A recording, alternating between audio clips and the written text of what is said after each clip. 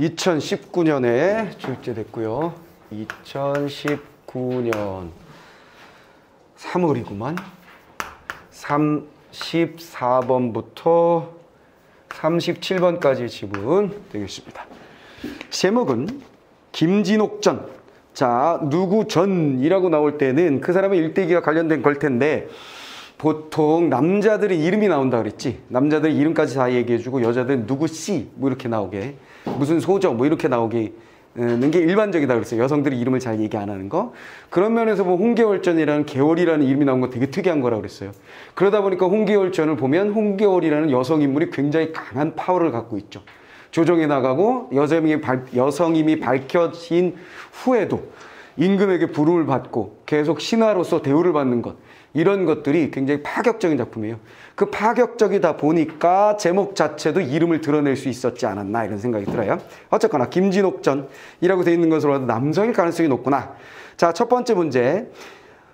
김진옥은 용왕은 난영은 애운을 죽이려는 명을 받은 무사는.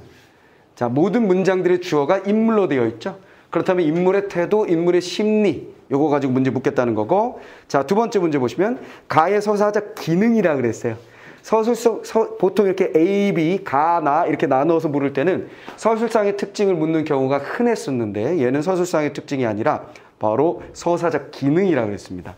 서사적 기능. 아주 자주 나오는 문제는 아닙니다만 그렇다고 뭐 어려워할 필요는 없습니다. 자, 세 번째 나중에 보면 되고 그건.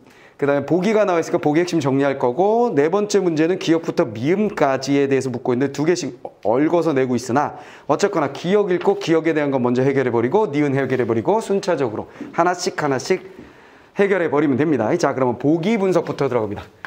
자, 보기의 핵심 내용 정리하고, 문학이라는 걸 문제풀이 과정으로 보면 단순하게 봤을 때는 보기의 핵심을 정리한 다음에 그 보기의 핵심에 따라서 작품을 딱딱 채워 넣으면 된다.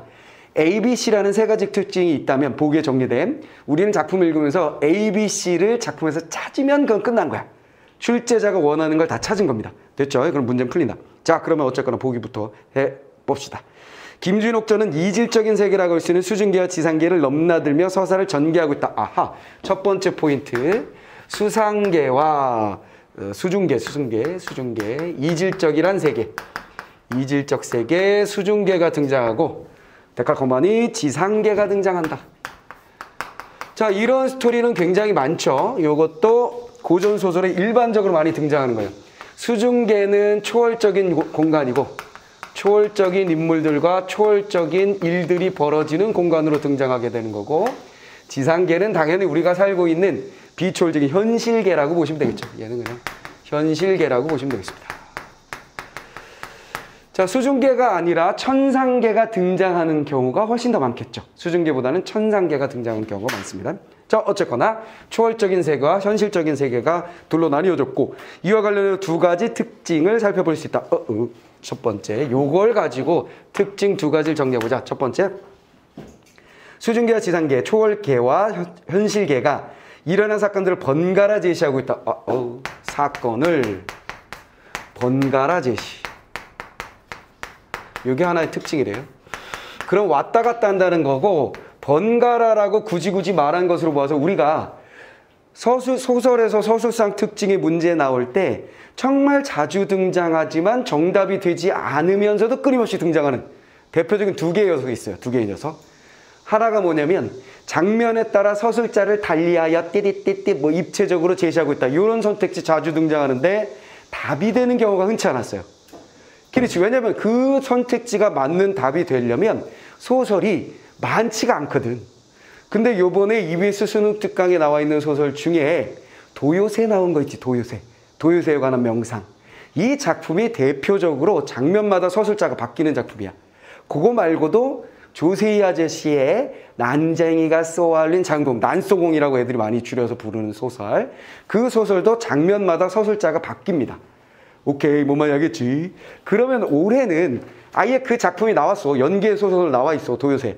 그리고 EBS 수능 특강에 나와 있는 걸 보면 한 부분은 큰아들, 작은아들, 아버지 세 사람의 서술자가 등장하거든. 그 다음에 또 하나의 서술자는 3인칭 전지 서술자야. 무슨 말이겠지? 그러니까 작은 아들 얘기 나오다가 큰 아들 얘기 나오다가 아버지 얘기 나오다가 어머니 있는데 어머니 서술자로 등장하지 않아. 그러면서 서술자 한 명씩 등장하면서 가족에 대한 얘기를 막 해요. 그러니까 그 둘째 아들이 직업이 뭐냐면 재수생이야. 재수생인데 자기 형이 S대인데 대모하다가 학교에서 쫓겨났어. 그걸 보고서 이런 젠장 공부하면 뭐해? 이러고 새 잡으러 다녀. 새 잡아서 박지 않는 데다 팔아가지고 돈 버는 거 하는 거야. 근데 엄마 입장에서 보면 둘째 아들이 날 닮았네. 이놈은 지 앞가림도 하고 돈도 벌고 이놈이 똘똘한 놈이야. 근데 남편하고 첫째 아들을 보면 돈도 못 벌고 이상한 짓 하고 어디 막 끌려가고 막 이래. 한심해. 그렇게 딱 둘로 나뉘어진 집구석이란 말이죠. 그렇게.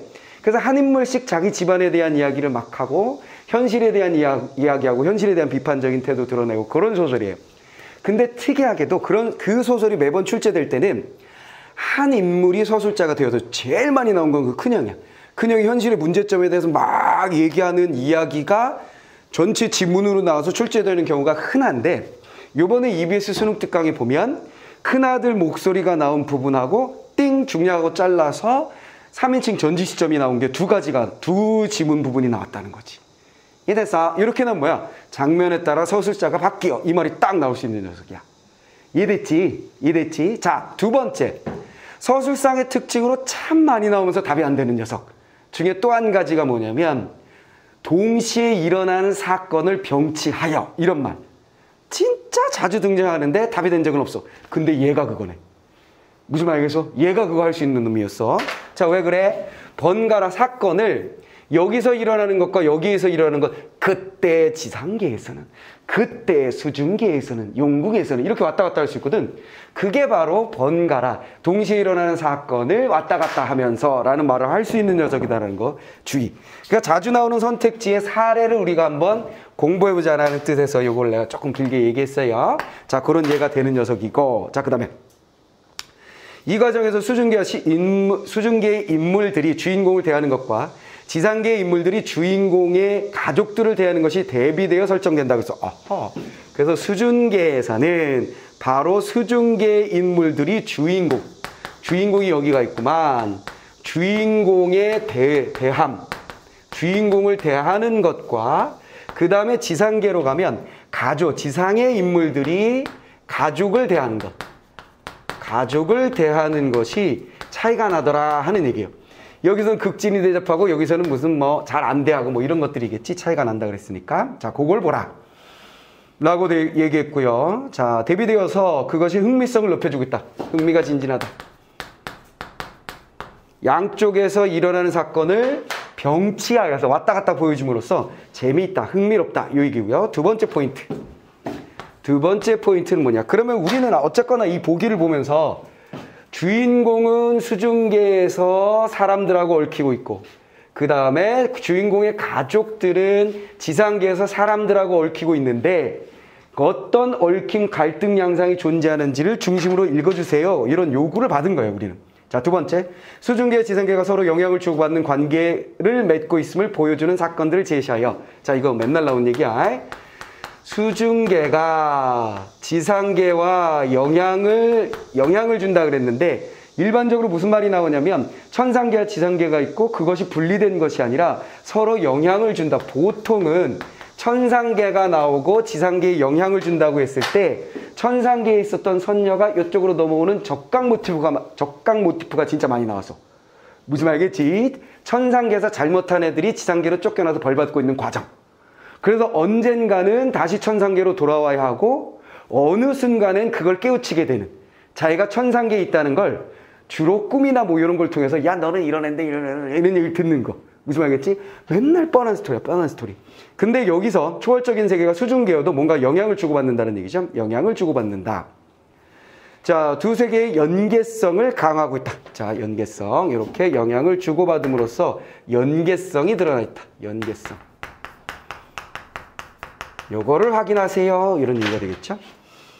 자, 이 과정에서 여러 소재들을 활용하여 두 세계의 연계 관계를 나타냈다. 아하, 이건 우리가 하는 일이지만 어쨌거나 여러 소재가 뭔가 이 연계성과 관련이 있다는 거예요. 여러 소재가. 자, 연관됨을 보여준다. 그러니까 이런 사물들이 등장하면 주의해라. 뭐 이런 얘기죠. 알겠지? 그런 사물들은 보통 갈등 요소가 되는 기 때문에 포인트로 잡게 돼 있긴 해. 오케이. 어쨌거나 천상계와 지상계, 여기서는 수중계라는 초월계를 놓고 그 연관 관계를 가지고 읽어주세요 했으니까 그거 따라가시면 됩니다. 자, 이제 들어가 봅시다. 앞부분의 줄거리. 자, 우리가 앞부분의 줄거리를 볼 때는 항상 어떻게 하는 거죠? 인물 관계, 인물 정보를 얻는 게 일단이에요. 인물의 관계 정리하는 거, 성격 정리하는 거.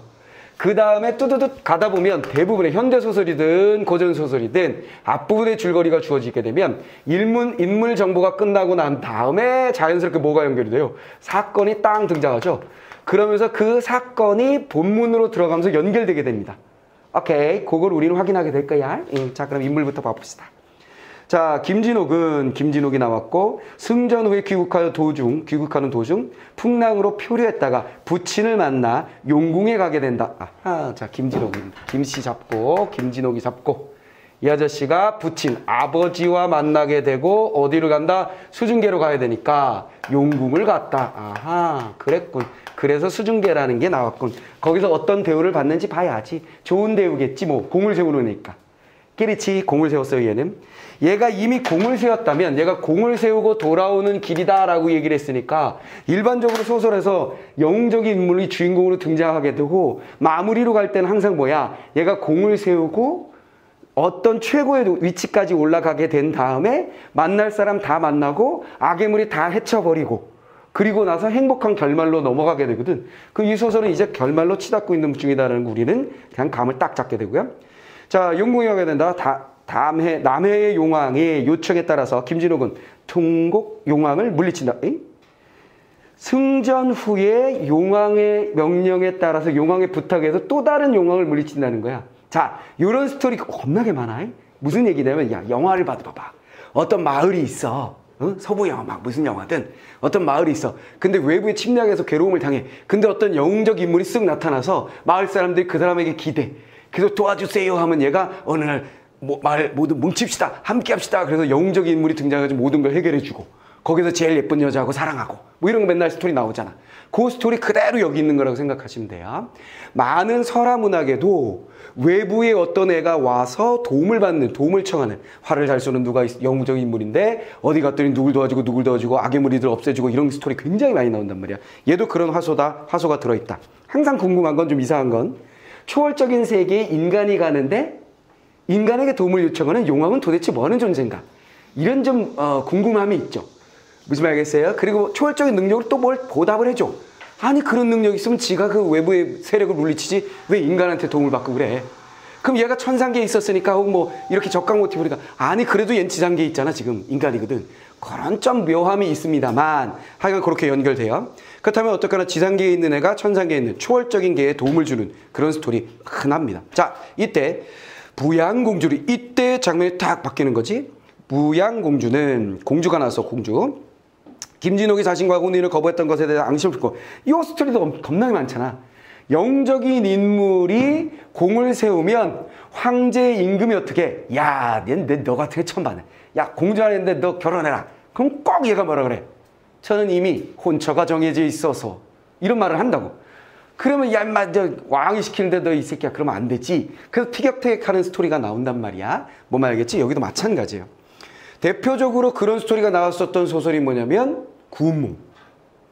무슨 말인지 알지? 최초로 만난 여자가 정실분이야. 나머지 중간에 만나는 모든 여자들은 다 뭐야? 세컨드야, 세컨드. 첩이 된단 말이야. 그치? 그러면 최초의 여인이 부인이 됐으니까 나머지는 다 세컨드로 만드는 과정에서 누굴 만나는 거야? 공주를 만나잖아. 그럼 공주를 어떻게 해야 되는 거야? 세컨드를 만들어야 되는데 일국의 공주를 세컨드로 만들 수는 없잖아. 그래서 두 명을 부인으로 세우는 스토리가 나와요. 무슨 말이야? 두 부인. 그렇지? 2첩, 6첩이라는 스토리가 나오는 거야. 뭔 말인지 알겠지? 맨날 나오는 스토리다, 이것도. 자, 자신과 혼인을 거부했던 것에 앙심을 품고, 아하, 여기 부정적 인물이 등장했어요. 자, 공주하고 그 다음에 이선영, 그 다음에 정동한 등과 계교를 짜서 김진옥의 아내 유부인과 아들 애운을 죽이란다. 자, 인물 정리하면 돼요. 자, 아버지와 이들은 용궁에 있고요. 그 다음에 이의 가족, 김씨하고 부친의 가족, 김씨의 가족, 유부인과 애운. 유부인과 그 다음에 아들 애운. 이름을 좀 우울하게 지어놔가지고 그렇구만. 그렇죠? 슬픈 운명 뭐 이건가? 자, 알 수 없죠. 한자를 안 나왔으니까. 어쨌거나 둘이 가족인데 여기에 악의 무리가 딱 등장했다. 바로 공주. 그 다음에 이선영. 그 다음에 마지막 정동한. 그러면 우리는 이들이 나오게 되면 아하, 얘네들은 부정적 인물이다만 체크하시면 돼요. 자, 인물들이 많이 나올 때 우리가 체크해야 될 거 뭐다? 가족. 그 다음에 주동인물, 반동인물이라고 하거든요. 반동인물, 즉 악역들, 빌런. 무슨 말 알겠지? 악역들, 빌런만 딱 표시 잘 해주시면 돼요. 즉 편나누기만 하면 된다. 인물이 제일 많이 등장하는 소설은 고전소설 중에 뭐다? 전쟁소설. 전쟁터 장면 나오면 인물이 떼거지로 등장합니다. 왜? 우리 장수, 이쪽 진영에 장수 누가 나가니 저쪽 진영에 장수가 누가 나와서 몇 번 소리를 지르고 어쩌저 칼이 번드트린 뭐 어쩌고 그래. 그 누가 따닥딱 뭐가 100명 하더니 또 누가 나오니 이렇게 돼 있단 말이야. 그럼 몇 사람들이 등장할 수 있어. 이럴 때 우린 뭐 해야 된다? 편나누기만 잘 하시면 돼요. 무슨 말이겠지? 편나누기만 따다다다다따따 하시면 된다. 됐지? 헷갈릴 필요 없다. 그냥 편나누기만 한다. 여기서 얘와 얘의 차이, 이 공주는 차이가 명확하게 나고 얘와 얘의 차이에 대해서 신경 쓸 필요가 없다는 거야. 이쪽이라는 것만 알면 된다는 거지. 뭔 말인지 알겠지? 그거만 잘하시면 끝난다. 자, 그 다음에 주기를 한다. 그 다음에 용궁으로 돌아와 환대를 받은 환대. 이거 나왔네. 용궁에서 주인공은 환대를 받았다. 끝났지? 환대를 받은 김진옥은 용궁을 떠나려 한다. 또돈. 자, 용궁을 떠나서 이제 현실계로 옮겨가는 과정이다. 라는 얘기죠. 주어진 부분은 환대를 받고 나서 여기로 가고 있는 과정이다. 라는 거 알았어요. 자, 그럼 첫 번째 장면 가겠습니다. 용왕이 아하. 그렇다면 장면 첫 번째는 어쨌거나 아직은 거길세. 용궁에 있구만. 됐죠? 용궁이고 장소. 용왕이 말하기를 이는 수중에 자 대사 나왔어 티키타카 뭔가 던진다 그랬지 하나씩 잡으면 돼. 수중에 귀한 보배라 이 비단으로 옷을 지어 입으면 엄동설에도 춥지 않을 것이요 이 진주를 몸에 두르면 70이 넘도록 녹발이 장춘이요. 자 늙지 않는다. 또 죽은 사람의 입에 넣으면 환생하나니 이는 극한 보배로세. 자 그럼 용왕이 등장을 해서 중요한 말 대사에서 중요한 사물이 등장했지. 첫 번째 뭐 비단. 비단을 줄 테니까 요거 입으면 좋아. 이거 따뜻해. 아무리 추워도 춥지 않아. 유니폼으로 입어. 이거였고. 그 다음 뭐요? 진주. 요거를 물고 있으면 늙지 않아. 죽은 사람도 살릴 수 있어. 자, 근데 요거 왜 체크해야 되냐면 우린 그냥 대사가 나오면 체크하는 게 원칙인데 여기 뭐가 있었어요? 소재를 보라라는 말이 있었거든. 그래서 얘네들의 의미 이 소재들이 전부 다 뭐라 한다고 그랬어? 수중과 지상이 영향을 미치는 거라 그랬으니까 얘네들이 언젠가 쓰이겠군이라는 걸 알게 되는데 이것도 뻔한 거잖아. 옛날에 민담이나 어린 시절에 할머니가 얘기해주던 어머니가 동화책 들고 얘기해주던 옛날 이야기들을 보면 항상 어떤 녀석이 뭘 구하기 엄마가 아파요. 구하기 위해서 나는 지옥에 갈 거예요. 너는 거기 뭐 간다. 웬 할머니가 나와가지고 가면 죽는다. 갈 거예요. 그랬을 때 뭐야? 그럼 내가 주머니 3개를 줄 테니 빨강 파랑 노랑이다. 이건 어때 던지고 언제 던지고 까먹지 마. 뭐 이런 거 하잖아. 그치? 그리고 위기 상황이 되면 하나 던지면 뭐 되고 하나 던지면 뭐 되고. 이런 거 같은 스토리가 그대로 여기 들어있다고 생각하시면 돼요. 그래서 고전은 우리가 알고 있는 스토리들의 그냥 향연이야. 그게 뒤섞여 있는 거야. 그러니까 어렵지 않게 접근할 수 있다라는 얘기. 그런데 어쨌거나 여기서 요거 2개 잡고 끝. 자, 그 다음에 보배다. 원수가 사용하다가 받은 용왕왈. 따단. 자, 여기서 등장해서 원수. 자, 요거 내가 뭐라 그랬냐면 자, 우리가 고전 작품 헷갈리는 건 이름이 여러 가지로 쓰일 수 있을 뿐만 아니라 호칭이 여러 가지라 그랬지. 그 중에 요건 관직이야. 관직에서 내가 주의하라 그런 건 뭐야? 한림학사. 그 다음에 주의하라고 했었던 게 뭐였을까요? 원수예요. 즉 보통 남성 주인공은 영웅적인 인물로 등장할 것이고 그지? 젊은 날에 뛰어난 능력을 가지고 있거나 뭐 하다가 과거 시험을 보면 최초의 한림학사가 되는 경우가 많아. 그래서 김 누구 나오던 애가 갑자기 뭐야? 김학사, 김한림이 이렇게 수두룩 바뀌어. 예고 없이. 그럼 뭐야? 아하. 똑같은 인물이군. 근데 관직명칭으로 이제 바꿨구나. 이렇게 되는 거지. 그러다 전쟁이 나서 어쩌고 하다가 김원수 이렇게 또 바뀌어. 무슨 말 알겠지? 그래서 요거는 주인공의 칭호로 관직명칭으로 자주 등장하니까 원수 나오면 아이 주인공이다 생각하시면 돼요. 무슨 말이야 이게 요 헷갈리면 안 돼. 원수가 누구예요? 이런 거 하시면 안 돼. 이거 나오면 아하 김씨 아저씨구나 딱 잡으시면 돼요. 김씨 주인공. 자 원수가 사양하다 받으니 용왕이 왈 원수는 대국의 신하라 수부에 들어와서 과인의 수부를 보전케 하니 네가 나 도와줬잖아. 천자께 헌신을 두신 치아를 아니하리었도던. 자 대화 나왔지. 용왕의 대화의 포인트 다음 대화의 여기는 사양이고 당양한 거고 다음 대화의 포인트는 뭐예요? 바로 천자께 현신을 두신 치아를 하겠다 그랬어요. 천자에게 황제에게 네 우두머리 천자에게 뭘 것이다? 포인트는 치하할 것이다. 감사할 것이다. 천자께 치하할 것이다. 이게 용왕의 멘트 핵심. 됐죠? 그리하고 그러를 닦아 원수께 붙이고 뚜둔. 자 치하에 무엇을 만들었다? 그러를 닦아 그러를 전달하였다. 자 이런 건 항상 중요해. 이런 건 출제 항상 포인트지. 왜 그러냐면 편지, 현대글로 오면 뭐 메일, 전화, 전보 뭐 이런 것들이 등장하게 되면 뭔가 의미가 있어. 사건을 전환시키거나 의미가 있다고. 그래서 이렇게 편지, 글월 이런 것들을 항상 포인트로 잡으시는 게 중요하고요. 그 다음에 봉하여 주니 원수가 살해하고 받으니 살해라는 말은 자주 등장하죠. 감사의 예. 감사의 예를 하고 받았다. 일광노가 갑자기 또 다른 인물이 등장했네. 일광노. 누군지 궁금해할 거 없어. 그냥 등장인물이야. 그리고 이 등장인물은 싸잡아서 어디다 넣으면 돼?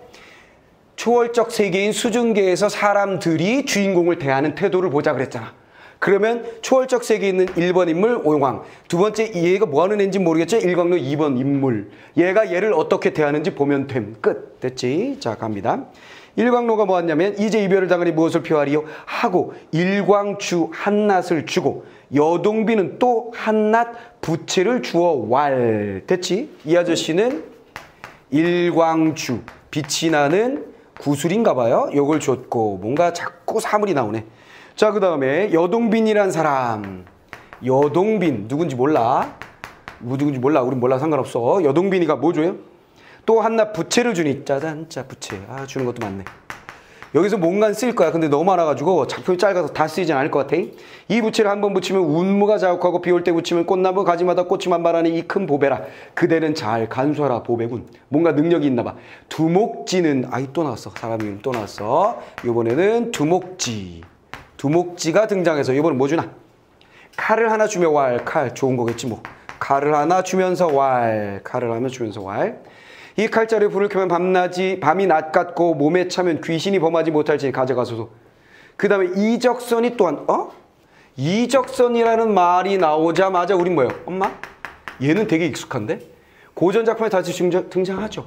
그치? 이태백이 이적선이 이제 있어서 그치? 시를 읽게 되면 그러니까 이 사람이 만나는 이 사람들이 뭔가 이승에서 유명했었던 사람들이 저승 가가지고 얘 만나고 야 너 대단한 놈이다 나 아니 막 이러고 만나는 것 같아 지금. 그런 분위기야 그냥. 그런가 보다 하면 돼. 그것조차 예측할 필요도 없어. 야 얘들이 뭔가 떼거지로 많이 던지는구나. 만약에 사물이 비단하고 진주로 끝났으면 얘만 주목할 텐데 너무 많으니까 그냥 우린 뭐야 너무 흔한 거지. 흔한 거야. 그냥 여기 뭉뚱그려서 뭐라고 생각하면 돼. 많은 것을 주었음 생각하면 되는 거지. 다 가치 있는 뭔가 쓰일 만한 걸 많은 것을 주었음. 자 얘는 또 뭘 줬어? 금표통을 주었다 그랬어요. 금표통. 금표통을 주었다. 얘도 뭔가 쓰일 녀석이겠지 뭐. 금표통을 주었습니다. 자, 그 다음에 준 다음에 이것이 비록 적으나 이 가운데 분로주라고 하는 술이 있으니 천만인이 먹어도 진치 못하니 가져가라. 아야? 이건 뭐야? 술이 계속 나오는 좋은 거네, 좋은 거. 하니 원수가 받아가지고 모든 사람들이 이별하고 용왕께 하직하고 부치를 모셔 길을 떠내니 황성으로 향하여 오더라. 야, 여기까지는 정말 뭐예요? 별거 없죠. 그냥 인물들이 환대했고 잘 환송해줬다라는 것밖에 없어요. 뭐하니 환송. 그리고 뭐야 사물들 다 그냥 뭔가 전달해줬다. 좋은 거. 끝. 이렇게 된 거죠. 장면 1 끝났고요. 장면 2. 이제 황성으로 간다 그랬으니까 황성은 황제가 있는 성이라고 생각하시면 됩니다. 수도로 간다 정도 생각하시면 되죠. 각설. 각설, 차설 이런 거 나오면 뭔지 알지? 각설이나 차설이나 등장하면 각설, 차설, 각설, 차설 이때 이런 거 등장하면 장면, 장소, 수도 바꾸는 거지.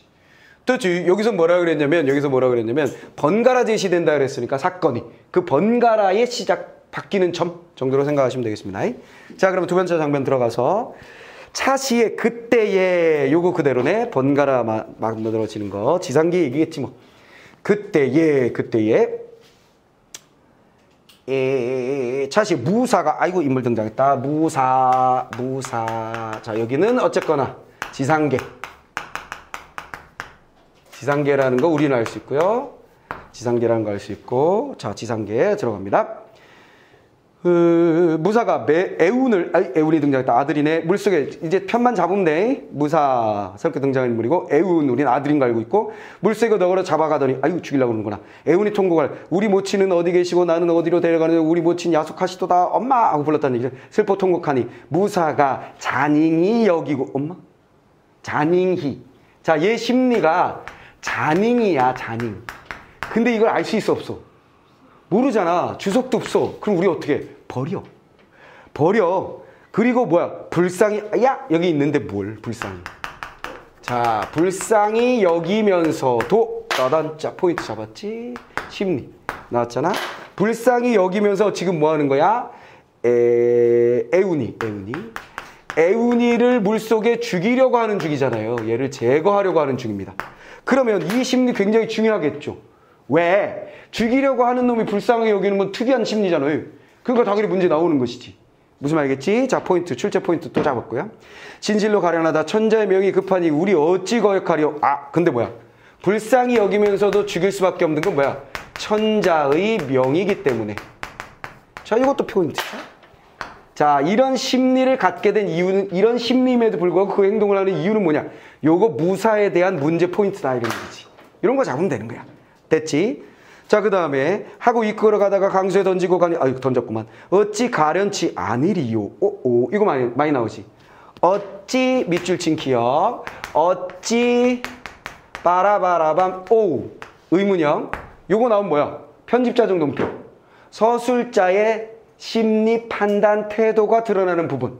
편집자적 논평 자주 나오는 거지. 결국 뭐야? 서술자가 뭐라는 거야? 어찌 가련치 아니리요. 안타까움의 심리잖아. 요거는 잘 봐. 요거는 안타까움의 심리야. 근데 그 안타까움의 심리가 누구 거야? 무사 것도 아니고 애운의 것도 아니고 지금 정확하게 서술자 거란 말이야. 그러니까 서술자가 자신의 감정을 이 안에다 드러냈다. 그래서 우린 뭐야? 작가의 편집자적 논평이라고 얘기하는 거. 보통 어찌 뭐뭐하리요 형태로 잘 등장한다는 거. 됐죠? 자, 그럼 기억에 대해 문제 푸는 거죠. 바로 네 번째 문제. 기억은 인물에 대한 서술자의 비판적 의식을 보여주고 있다. 이거 뭐야? 상황에 대한 얘기지 인물을 비판하는 건 아니죠. 안타까운 상황이군 했지. 무사 나쁜 놈 이렇게 한 거 아니지. 천재 나쁜 놈 이런 거 아니지.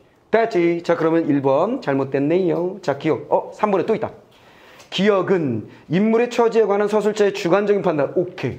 처지에 대한 얘기 맞고 안타깝다. 그리고 주관적 판단 맞죠. 그러면 3번의 기억에 대한 건 맞았습니다. 자, 다 써먹었고 니은 또 써먹읍시다.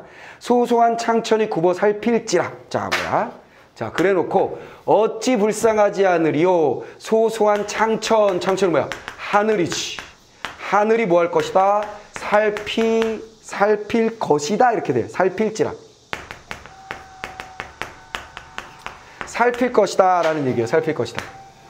자, 그 다음에 소소한이라는 건 사리에 밝고 또렷하다는 뜻인데, 사리에 밝고 또렷하다는 뜻인데 자주 등장하는 말은 아니니까 지금 외워도 거의 써먹을 일이 없을 수도 있어.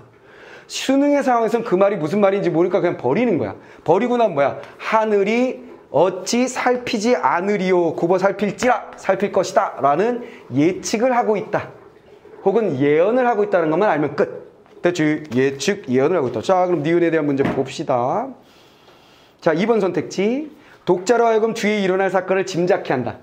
하늘이 도울 것이다 라는 짐작을 한다는 거지. 즉, 이 녀석 애운이가 죽지는 않을 거다라는 걸 알겠다는 거죠. 자, 그 다음 또 있나? 4번에 있네요. 사건을 이해하는 데 필요한 대상의 특성을 설명해 주고 있다. 대상의 특성이라면 사물의 특성이든지 인물의 특성이어야 되잖아. 그렇지, 그치, 그건 아니지. 됐죠? 그래서 땡, 그건 지웁니다. 그건 지우고. 자, 이렇게 기억과 니은 읽자마자 문맥을 보자마자 다 해결해 버리는 거야. 왔다 갔다 하면 안 돼. 그러니까 나중에 기억 니은을 쭉 보면서 한 번에 왔다 갔다 하면 안 되고 지금 읽는 순간에 왔다 갔다 해야 돼. 그래야 깔끔하게 문제를 풀 수 있습니다. 자, 됐고요. 니은까지 해결했고. 자, 용신이 오직 처지를 받자와 칙지를 받자와 뭔가 소식을 받은 건가 봐. 명령서. 요 앞에 빼먹었구나. 용왕이 그 강의 용신에게 칙지를 내리사 명령서 내린 거야. 물에 들어온 아이를 살리라. 아하, 굽어 살폈네. 용신이 오직 칙지를 받자와 물 밖으로 도로 내치니 애운이 정신이 아득한 중에 물을 무수히 토하고 모치를 부르고 동서로 방황하더라. 따단 어떻게 됐다는 거야? 살피실지라 했더니 정말 용왕이 띵 명령서 보내서 그쪽 지역에 있는 용왕이 알았어요. 지방자치인가 얘네들이. 예? 물마다 다른 거야. 보호해라 그랬더니 붕 불어가지고 애운이가 물에 빠져서 나가 슝 튀어나온 거지. 그리고 막 토하고 나서 엄마 하고 돌아다니고 있는 중. 됐지? 자, 그래서 중략 넘어가고요. 다음 장면으로 갑니다. 다음 장면. 자, 다음 장면. 세 번째 장면 한번 가볼까요? 자, 세 번째 장면은 무사가 달려들어. 무사가 아직도 나오네. 자, 무사가 달려들어서. 그럼 얘는 뭐야? 지상계구나. 알 수 있고요. 지상계.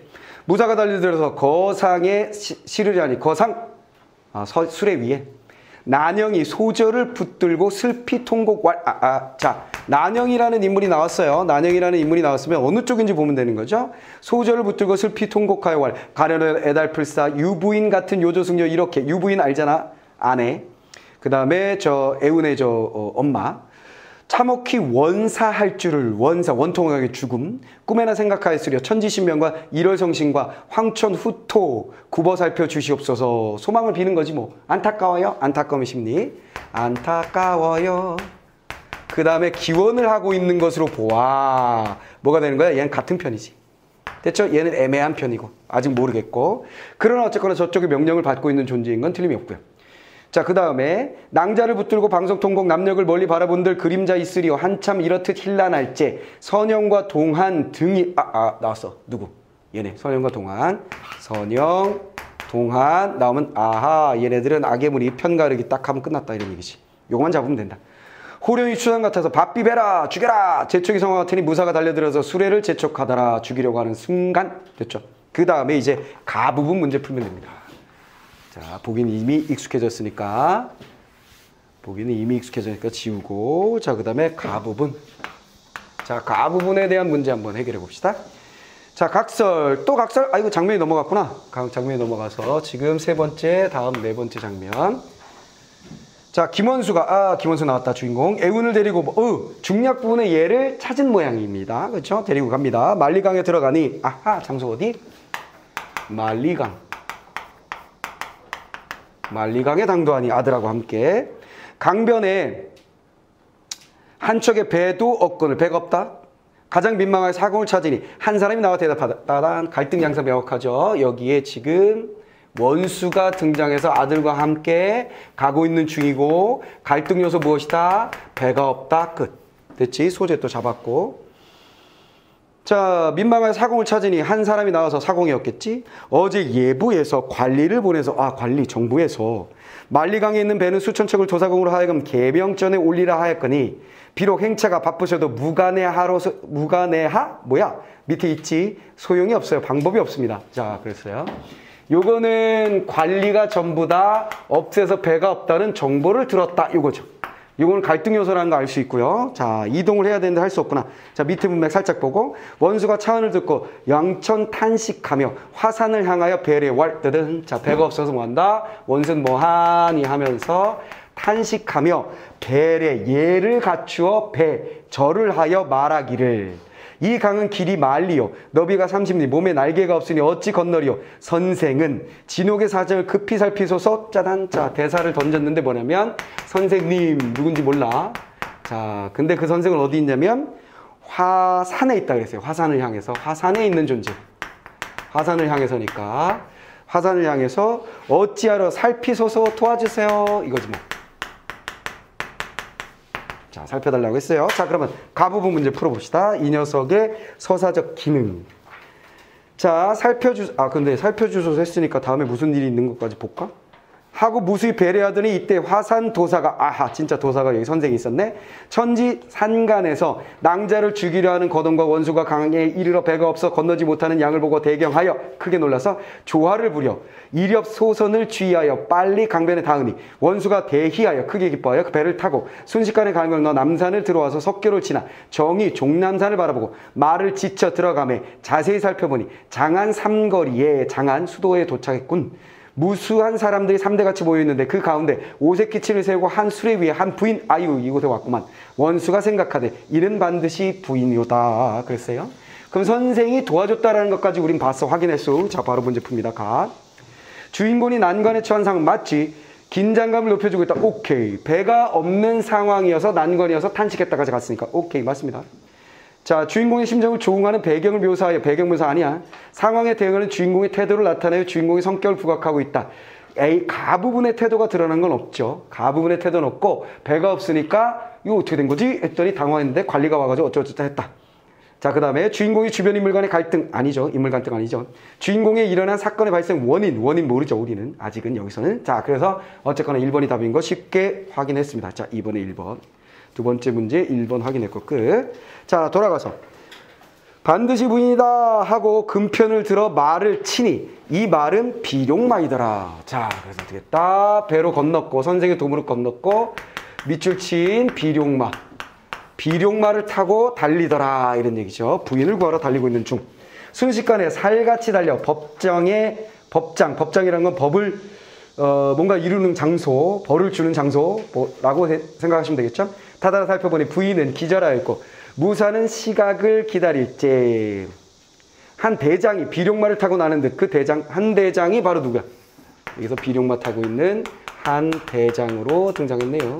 똑같은 인물이라는 건 놓치시면 안 되고 한 대장이 비룡마를 타고 나는 듯이 달려들어서 일진을 해치고 군사들이 서 있는 걸 딱 해치고 수레를 박차며 낭자를 안고 슬필건을 정동환 등이 부정적 인물 잡고 대경실세가 당연한 거고 어쩔 줄 모르는지라 원수가 낭자를 보고 기절하였더니 이윽고 정신을 진정하여 울며 되게 특이하죠. 원수가 낭자를 구출하고 낭자를 보고 기절을 해버렸어요.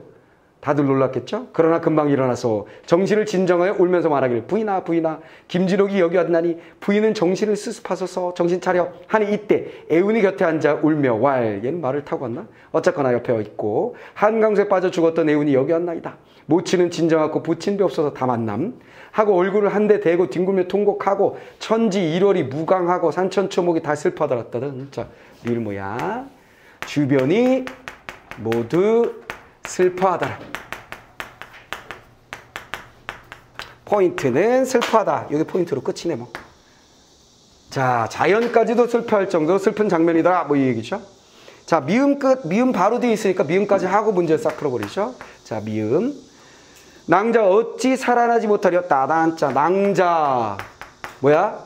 띠리띠리요 살아나지 못하려 역시 마찬가지죠. 편집자적 논평 그대로 어찌 모모리요 요 구조 자주 등장하는 편집자적 논평 구조 나왔고요. 그 다음에 어찌 살아나지 못하려 하더니 뭐야? 진주 뭐 여기 진주 있었잖아. 요거는 늙지 않게 해줄 것이며 살아날 것이다 있었지? 요거 미기네. 요거 미겨. 입에 넣으니 뻔하지 뭐 살아났다. 그래서 원수가 그 모자의 경상을 보니 가슴이 미어지는 듯하고 분심이 충천하였다다. 자 뭐야? 살렸다. 거기까지 갔고요. 자 그럼 문제. 리을 미음까지 디귿 리을 미음까지 다 해결해 버립시다. 자 1번 기억은 틀렸으니까 얘는 볼 것도 없지요. 적절한 거 찾으려니까. 2번은 니은 살려뒀으니까 미음 봐야 되겠죠. 짐작해 한다. 이거 뭐예요? 어찌 살아나지 않겠느냐 그랬죠. 그렇지? 짐작하게 하는 거 맞죠? 자 2번 정답이네요. 자 3번 기억을 살려뒀었죠? 자 기억을 살려뒀습니다. 미음과 달리 미음은 인물의 처지에 관한 서술자의 주관적 판단이 드러나지 않는다는 뜻이지. 달리가 붙었으니까. 맞지? 근데 이것도 편집자도 논평이니까 미음하고 기억하고는 같은 녀석이었어요. 자 그래서 이 녀석 틀렸고 자 그 다음에 자 기억하고 요거 얘기야. 어찌 모모리오니까 동일한 편집자적 논평 구조였어. 그래서 편집자적 논평 구조 맞아. 똑같아. 자 그 다음에 다음으로 넘어가서 5번도 사실은 볼 필요 없지만 4번이구나. 니은은 틀려서 볼 필요 없지만 디귿과 달리 사건을 이해하는 데 필요한 대상의 특성을 설명해 주고 있다. 자, 디귿과 달리라 그랬으니까 디귿은 사건을 이해하는 데 대상의 특성을 설명해 준 것이 아니다. 근데 얘는 가능하겠는데 왜 이래? 비룡마라는 말 자체가 나르는 말이니까. 그치? 이건 설명해 주는 거겠는데 달리란 말이 잘못됐네. 자, 그 다음에 자 5번 역시 디귿에 대한 디귿 다 봐야 되겠네. 디귿과 리을. 자, 디귿은 리을과 달리 디귿 먼저 봅니다. 인물이 처해 있는 상황을 비극적인 강조하고 있다. 비룡마가 비극을 강조하진 않겠지. 됐지? 이건 뭐야? 빠르게 달려갔다라는 걸 보여주는 거고 그냥. 됐지? 자, 그 다음에 리을과 달리라고 얘기했는데 리을은 비극적인 강조하는 거 아니다 그랬는데 리을은 오히려 강조인데? 반대로 했으면 좋았겠는데? 그치? 자, 됐어요. 다 됐습니다. 자, 이 녀석은 어쨌거나 한 녀석씩 패야 된다는 게 제일 중요하다. 요 문제풀이의 중요한 포인트는 하나씩 차근차근 해결해서 하나씩 지워서 적절한 걸 고르려니까 하나만 지워지면 일단 걔 볼 필요가 없다는 거야. 시험의 상황에서는. 무슨 말이겠지? 그럼 깔끔하게 풀린다는 게 첫 번째 포인트고, 두 번째 포인트는 뭐냐면 어찌 뭐뭐하리요 구조는 편집자적 논평으로 자주 등장하는 거니까 이건 그냥 알고 있자. 거의 암기가 되어 있어야 된다는 거 꼭 알고 있자. 그 정도만 여러분들이 주의하시면 되겠습니다. 자, 그 다음에 마지막 이제 장면 얼마 안 남았어요. 자, 그래서 얘는 뭐야? 자, 심리 상태. 가슴이 미어지고 분하다. 가슴이 미어지고, 그 다음에 분통 터진다. 분함이 일어난다. 왜? 인무시기들이 내가 없는 동안에 내가 공을 세운 신함에도 불구하고 나쁜 무리들이 나를 이렇게 했다고 하는 심리 드러났고, 그런데 분심이 죽이려 되가 낫지 뭐뭐 하되 만만하고 똑같은 거잖아 이거. 그렇지? 그렇지만 그러지 아니하였으니 이거잖아. 출제 포인트지 얘도. 일반 대관을 천자의 명령 없이 자진 처치함이 신자의 도리가 아니라 신하의 도리. 요거 생각한 거야. 천자가 명령한 건데 또 똑같지? 뭐가 똑같아? 지금 특이한 심리는 뭐야 여기. 아까 이거 천자의 명령이라 불쌍하지만 어쩔 수 없이. 이거 중요한 심리라고 그랬잖아. 그렇지? 천자의 명령이라 신자의 도리로 어쩔 수 없이 분해서 죽여버리고 싶지만 어쩔 수 없음. 이렇게 연결되는 거지. 따지. 자, 두 가지 다 출제 포인트다. 10분 양분하고 분함을 인분하고 누르고 오직 부인을 구하여 집으로 돌아와 죽이진 않았다. 이런 얘기네요. 끝났어요. 자, 그러면 일단 보기 있는 문제부터 한번 세 번째 문제부터 해볼까요? 자, 용왕이 용신으로 하여금 애운을 살리게 한 것은 수중계의 인물이 지상계에 영향을 미친 것으로 수중계와 지상계의 연계성을 강화해주고 있다. 아까 했었지?